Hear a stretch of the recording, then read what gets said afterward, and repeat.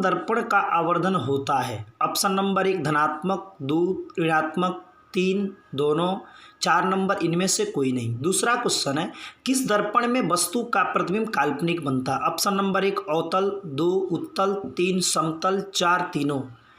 3 number question है, अनुबंध focus संभव है किस दर्पण में? ऑप्शन नंबर 1 अवतल, ऑप्शन नंबर 2 उत्तल, तीसरा समतल, चौथा तीनों दर्पण।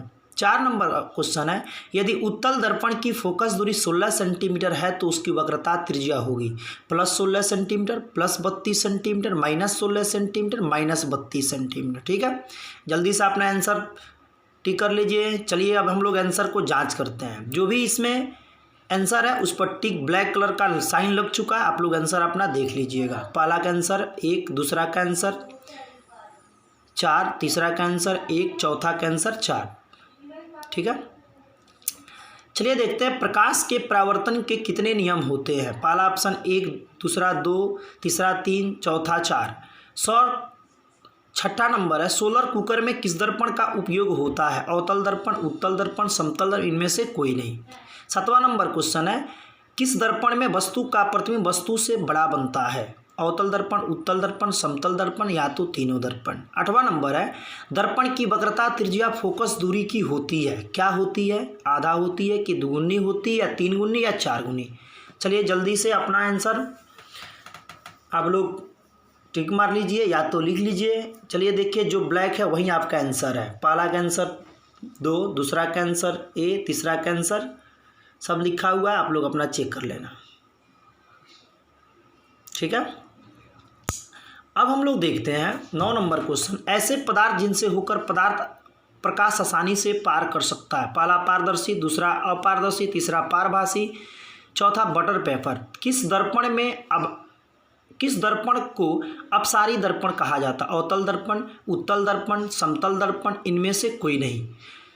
चलो 11 नंबर है, काल्पनिक प्रतिबिंब हमेशा होता है, सीधा होता है, उल्टा होता है, दोनों होता है, इनमें से कोई नहीं। 12 नंबर है, प्रकाश की किरणें गमन करती है सीधी रेखा में, टेढ़ी रेखा में, किसी भी दिशा में, उपयुक्त में, सभी। जल्दी से अपना आंसर आप लोग लिख कर रखे रहिए, जल्द से जल्द हम इसका आंसर जांच कराने जा रहे हैं। चलिए देखते हैं क्या आंसर इसका आता है।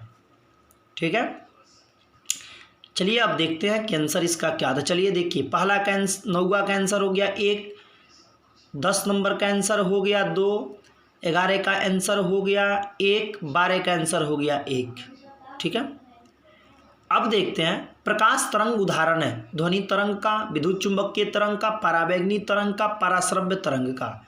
14 नंबर है, क्या समतल दर्पण में बने प्रतिबिंब को पर्दे पर उतार सकते हैं? पहला हाँ, दूसरा नहीं, तीसरा निश्चित तौर पर कहना कठिन है, चौथा इनमें से कोई नहीं।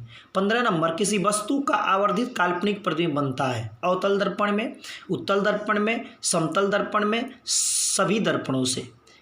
16 नंबर, प्रकाश की किरणें किसी समतल सतह पर 60 डिग्री के कोण बनाते हुए टकराती है तो उसका परावर्तन कोण होगा 60 डिग्री, 30 डिग्री, 45 डिग्री, 90 डिग्री। चलिए इसका आंसर आप लोग लिख के रखे रहिए।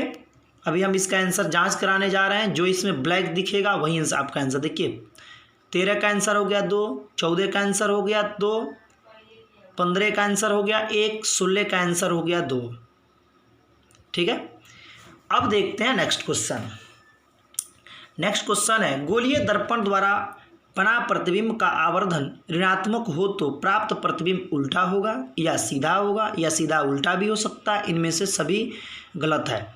18 नंबर है, दाढ़ी बनाने में कौन सा दर्पण का उपयोग किया था? ऑप्शन है अवतल दर्पण, उत्तल दर्पण, समतल दर्पण, इनमें से कोई नहीं। उसके बाद 19 नंबर, दंत विशेषज्ञ किस दर्पण का उपयोग मरीज के दांत का बड़ा प्रतिबिंब बनाने के लिए करता है? उत्तल दर्पण, अवतल दर्पण, समतल दर्पण, इनमें सभी। 12 नंबर है, दर्पण सूत्र होता है 1/v + 1/u = 1/f। दूसरा है 1/v - 1/u = 1/f। तीसरा है 1/f + 1/u = 1/v। चौथा है कोई नहीं। चलिए देखते हैं। चलिए इसमें देख लीजिएगा, ब्लैक वाला में पहला का आंसर 1, दूसरा 17 का आंसर 1, 18 का आंसर आप लोग देख लीजिए 1, 19 का आंसर हो गया आपका बी और 20 का आंसर हो गया 1। ठीक है, अब देखते हैं समतल दर्पण में प्रतिबिंब की प्रकृति क्या होती है? वास्तविक, दूसरा है वास्तविक तथा सीधा, तीसरा वास्तविक तथा उल्टा, चौथा आभासी तथा बराबर। ठीक है। 22 नंबर, किस दर्पण को अभिसारी दर्पण कहते हैं? अवतल दर्पण, उत्तल दर्पण, समतल दर्पण, इनमें से कोई नहीं। 23 नंबर, किस दर्पण में प्रतिबिंब का आवर्धन +2 हो वह कौन सा दर्पण हो सकता है किसी दर्पण के में? तो अवतल दर्पण, उत्तल दर्पण, समतल दर्पण, इनमें से सभी। साइड मिरर में कौन से दर्पण का उपयोग किया जाता है? अवतल दर्पण, उत्तल दर्पण, समतल दर्पण, इनमें से सभी। चलिए इसमें देखिए ब्लैक में जो लिखा होगा आप लोग आंसर अपना जांच कर लीजिएगा। चलिए देखते हैं।